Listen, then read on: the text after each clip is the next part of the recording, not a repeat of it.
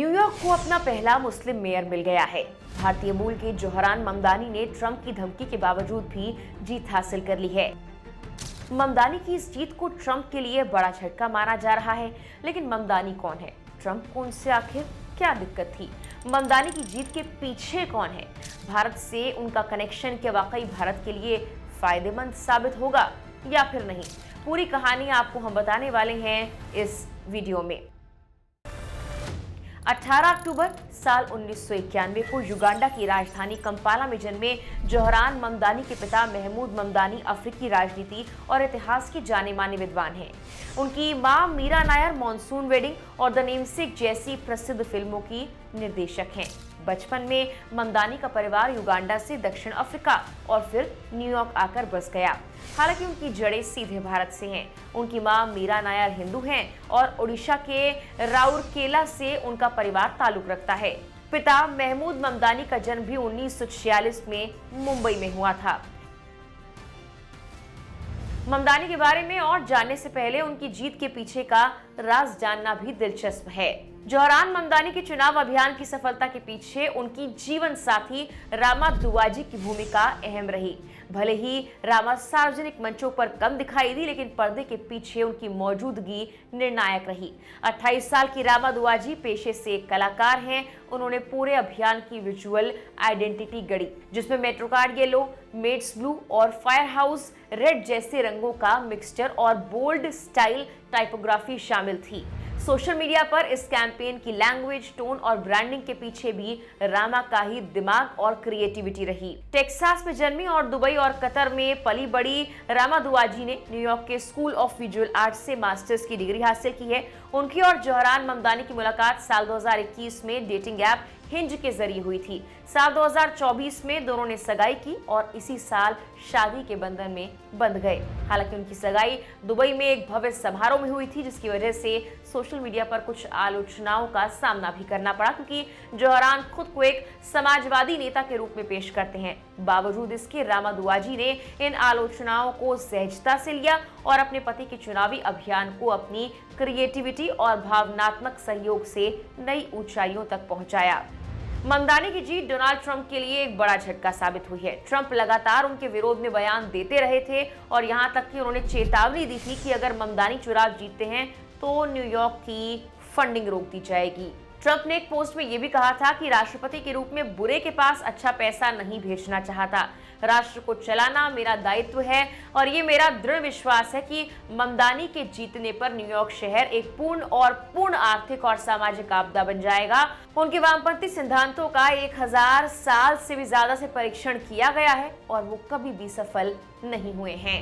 Tesla के मालिक Elon Musk ने भी ममदानी पर निशाना साधा था और उनके ओपोनेंट को सपोर्ट करने के लिए एक पोस्ट भी किया था। ममदानी का मुकाबला निर्दलीय उम्मीदवार के तौर पर चुनाव लड़ रहे न्यूयॉर्क के पूर्व गवर्नर एंड्रयू कोमो और रिपब्लिकन पार्टी के उम्मीदवार कर्टिस स्लिवा से हुआ।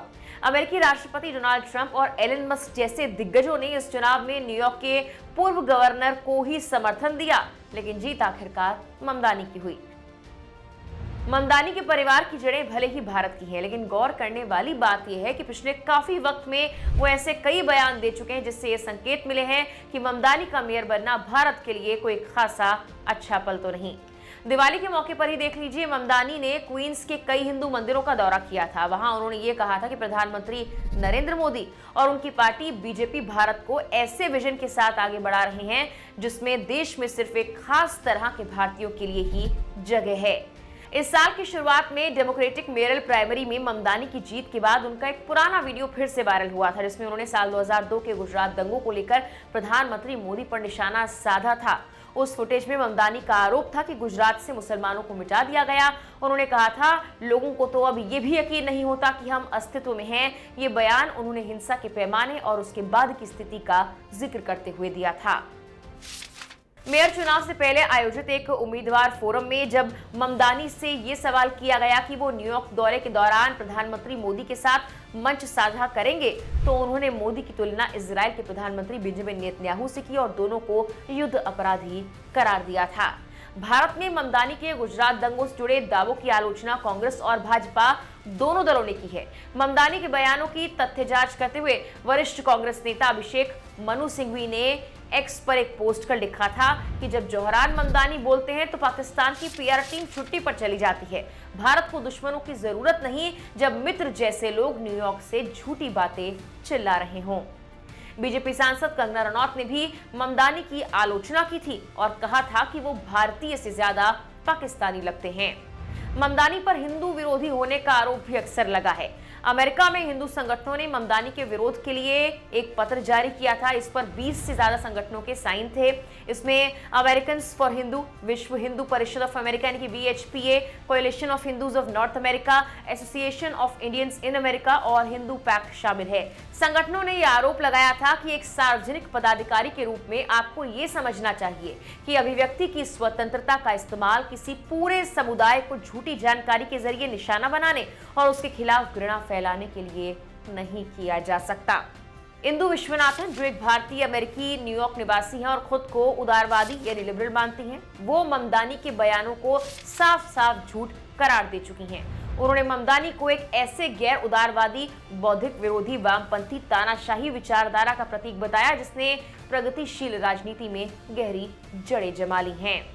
चुनाव जीतने के बाद जोहरान ममदानी ने कहा कि वो मेयर के रूप में न्यूयॉर्क में कई बड़े बदलाव करने जा रहे हैं। उन्होंने ऐलान किया कि वो सभी रेंट स्टेबलाइज्ड टेनेंट्स के लिए किराए को तुरंत फ्रीज करेंगे और हर संभव संसाधन का इस्तेमाल कर सस्ते मकानों का निर्माण करवाएंगे ताकि आम लोगों का किराया बोझ घटाया जा सके। उन्होंने तेज और फ्री बस सेवा का वादा करते हुए कहा कि पूरे शहर में बस किराया पूरी तरह खत्म किया जाएगा। साथ ही बसों के लिए प्राइमरी लेन और लोडिंग जोन बनाए जाएंगे ताकि सड़क पर डबल पार्किंग से होने वाली दिक्कतें खत्म हो जाएं। जोहरान खुले तौर पर फलस्तीनी मुद्दों का समर्थन भी करते आए हैं। उन्होंने इजराइल की गाजा में सैन्य कार्रवाई को नरसंहार कहा था और वहां समान अधिकारों वाला एक राष्ट्र बनाने की वकालत की थी। उनके विरोधी उन्हें इस कारण एंटी सेमिटिक बताते हैं, लेकिन न्यूयॉर्क के करीब 8 लाख मुस्लिम मतदाताओं में उनका ये रुख काफी फेमस रहा है। दिलचस्प बात यह है कि ममदानी राजनीति में आने से पहले हिप हॉप रैपर थे। उनका सबसे मशहूर गाना कांडा था जो युगांडा में वायरल हुआ था। इस गाने में युगांडा की राजधानी कंपाला की जिंदगी और युवाओं की चुनौतियों को दर्शाया गया था। ममदानी कहते हैं कि संगीत के जरिए उन्होंने पहली बार महसूस किया कि समाज में असमानता और पहचान की राजनीति पर आवाज उठाना जरूरी है।